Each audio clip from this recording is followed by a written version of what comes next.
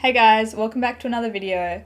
So if you've been following me for a while, you might remember that back in 2019 I repainted this Mattel doll and I promised you guys a video on the process, but unfortunately my PC at the time couldn't handle the files, so I had to unfortunately give up on that project. But I recently found the files again and my new PC can handle them just fine, so I decided to finish this video for you guys.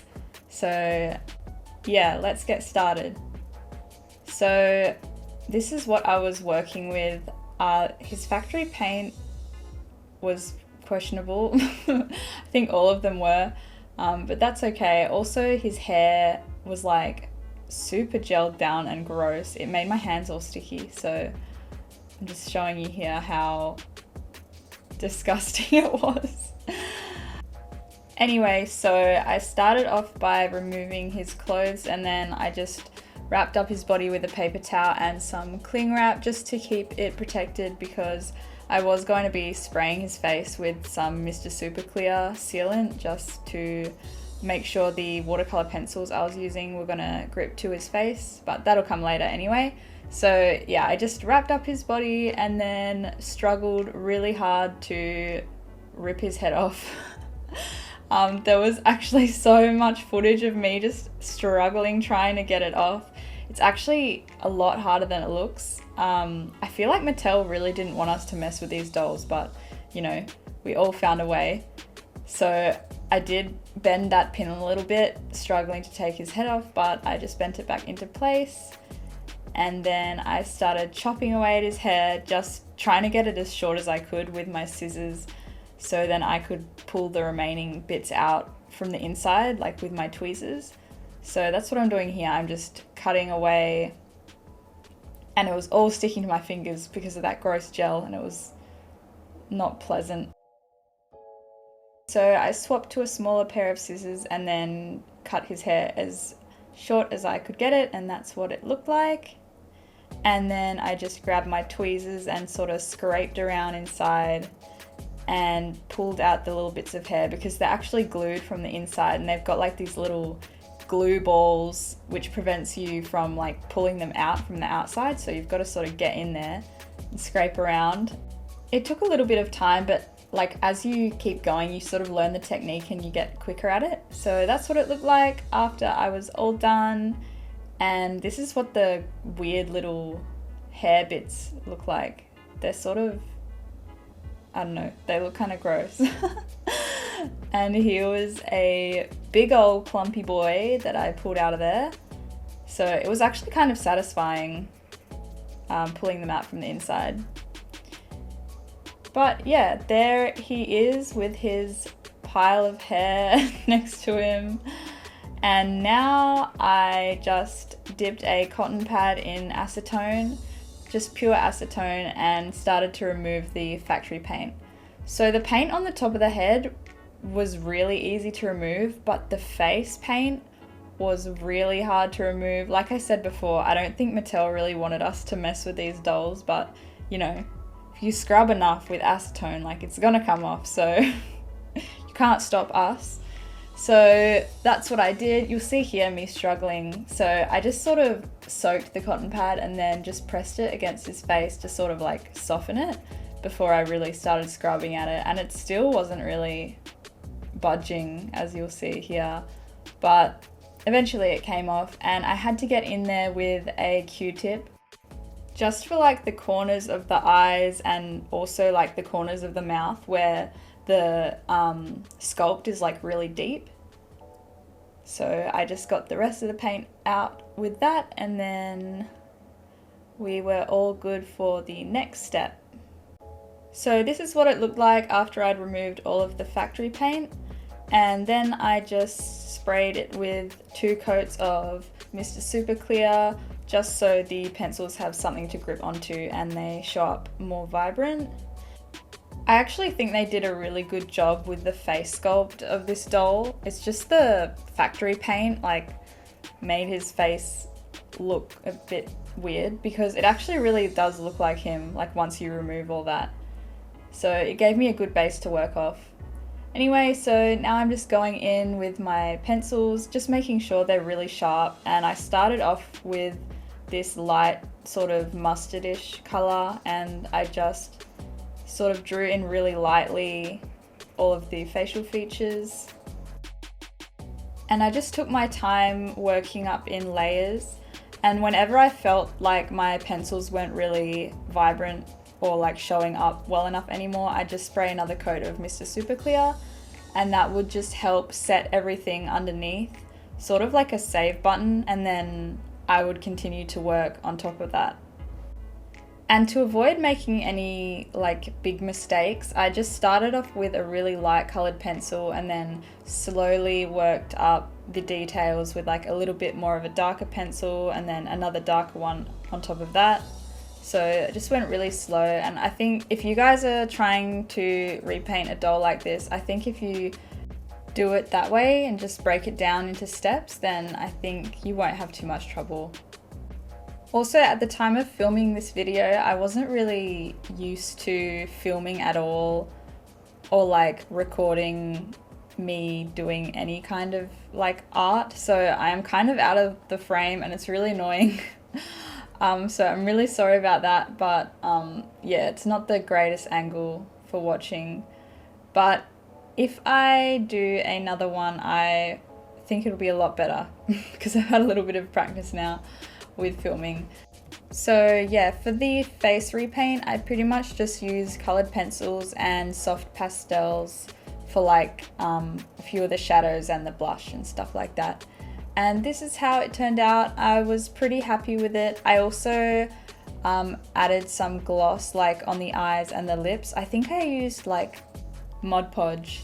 It was super satisfying. I think it really brings it to life, like adding the shine in the eyes. So now I moved on to making the clothes, and I'd never made doll clothes before, so I didn't really know what I was doing, but made this little pattern and then cut out some white fabric, and I pretty much just sewed it like I would make like a normal sized human shirt, and then tried it on him and just hoped for the best. I actually think I had to make it twice because the first one didn't fit properly. So after I was done that, I just tried it on and I was happy with it. So I left it at that and moved on to the pants. So I did the same thing with the pants. I took the existing pants that came with the doll and I just sort of made a pattern off of that. I'll try and look for the patterns that I made for you guys. I'm pretty sure I kept them, but I'm not sure. I'll have a look. So once I was done with the pants, I tried them on and I was pretty happy with them. I'm not sure if I might have cheated and ended up not actually hemming the top of the pants, and just because it was covered with the top anyway, no one was gonna notice. And now I just tried on the shoes because I wanted to see how the pants like bunched up at the bottom, because I wanted them to be kind of baggy. And I was pretty happy with that. Again, sorry about my camera angles. I think I was just way too focused and I forgot about the camera. But if I do this again, I do actually have some other Mattel dolls in the box still. So I have actually wanted to make another one. So just let me know if you would like me to do that. And now I'm also making his jacket. So I pretty much took the pattern that I used for the shirt and then just altered it slightly and made it longer. So then I just cut out my pieces and just sewed them together. And then this part was so satisfying. This was probably my favorite part of the whole project. So adding like his jewelry, I had like a silver chain lying around, so I just used my pliers to put them around his neck, and then I got my little hand drill and drilled some holes into his ears because I definitely knew I wanted him to have earrings. So now this is what the holes look like. They were pretty tiny, but they were big enough. For the earrings, I just used like eye pins and then cut the little eye pin part off just so I had a little bit of metal, and I grabbed my pliers and then wrapped them around so they were circular, and then I left like a tail on the end of it like that just so I could push it into his head. And then, oh, it's so satisfying when it's going in. I really loved how they looked as well. So there's the second one, and then this is what it looked like once those were both in. And I think those extra details just sort of pulled it together a little bit. I was really happy with those. So now it was onto the hair, and I was kind of nervous about doing this part because I've seen people make like doll wigs before on YouTube and it looked kind of difficult. So anyway, I put some cling film over his head, and then I cut a little bit of a stocking and put that over too and secured it with some elastic bands, and then I just pulled at it to make sure there was no wrinkles and it was all laying flat. And then I covered it with PVA glue, and then I lost a little bit onto my desk there. And I just let that dry and then did about like 3 or 4 coats of that. It dries pretty quick, so it wasn't too time consuming. Then for the hair, I grabbed some yarn in the color that I wanted, which was blonde. So it was like a light yellow yarn, and I just wrapped it around this container. I'm just going to go ahead here and cut it with my scissors.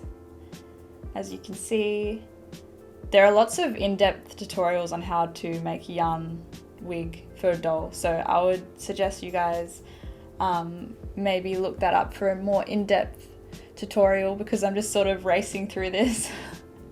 So then I tied the yarn onto this knitting needle, and it really didn't take that long. Then I grabbed a pet brush and I just started brushing, and you just want to start from the bottom, and you're gonna lose a lot of yarn when you're doing this. Like, it just falls out like crazy and you just get clumps of it, but it's okay. So I just kept going until it sort of resembled hair. And then I took my straightening iron to it and flattened that out and just went really slow. I'm not sure, I can't remember what kind of yarn it was, whether it was acrylic or not. I'm sorry about that. But I pretty much just repeated the process of straightening and brushing and straightening and brushing until it looked like really flat and shiny. Then I put down some glue and started gluing down my wefts into little manageable sections, and once those were dry they sort of look like this, and you can like cut them up into little pieces and glue them onto the wig cap, which we made before with the PVA glue. So now I'm just sketching the outline of where I want to cut the excess off, and also sketching like a line for where I want the part to be in the hair.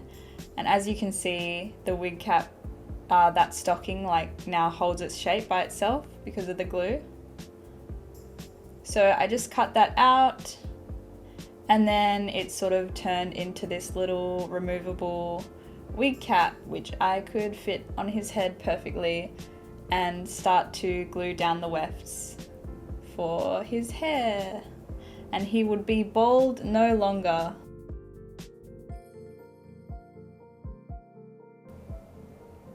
I'm just checking the fit, pretty happy with it. So I'm going in now with my hot glue gun, and the hot glue gun is so good for this step because you don't really want to be using, I know some people use like other glues like PVA or like stuff like that, but I really don't have patience, so I just want to smush it down there and have it dry sort of straight away. So I used my hot glue gun and it worked really well.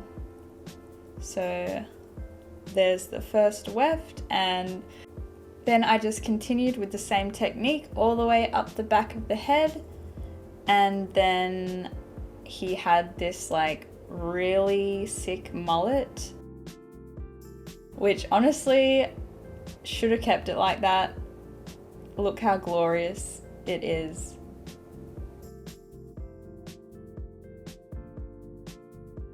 Anyway, after that I just went sort of up the back of the head a bit more and then up the sides and met in the middle at the part. And this is what it looked like sort of halfway through, and then this is what it looked like once I was done. And at this point I was just like, I'm going to trust the process and just start chopping this thing. I had to fix up a few little bits with hot glue, and yeah, I just pretty much started chopping away because it was looking a little bit crazy. And I also wet it down with some water, and that really helped sort of lay it flat down to his head.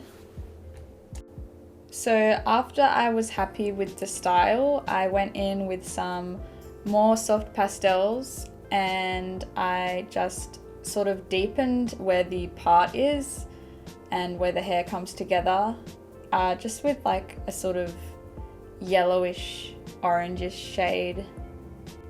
And I really loved this step because I could finally sort of see it all coming together. So after that, I wet down his hair and put some cling wrap on top and held it down with some elastic bands. And then I let it dry, and that just helped it sort of stick down to his head and look a bit more natural.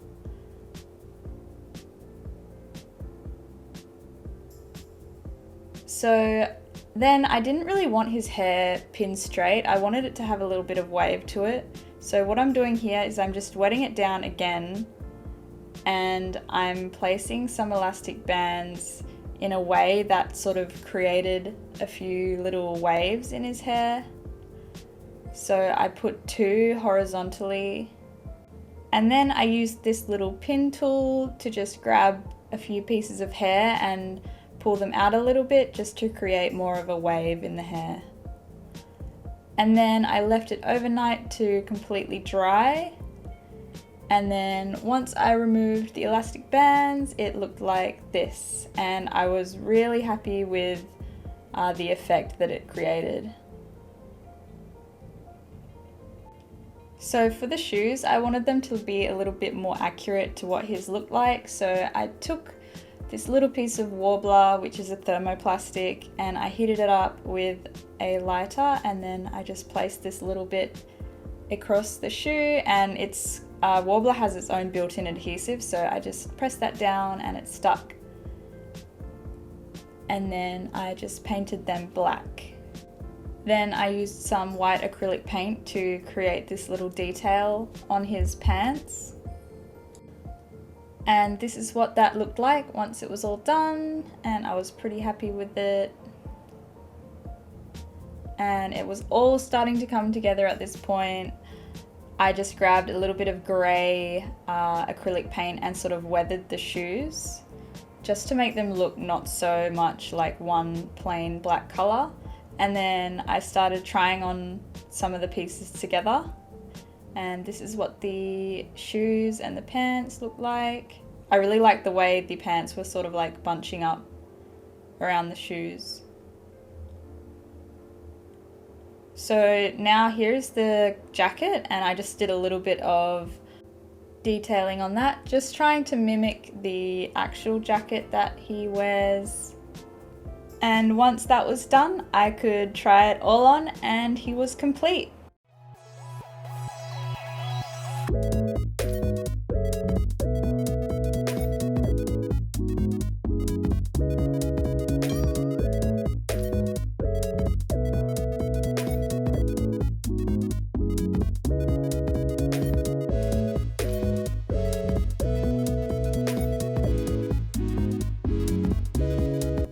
I hope you guys liked this video.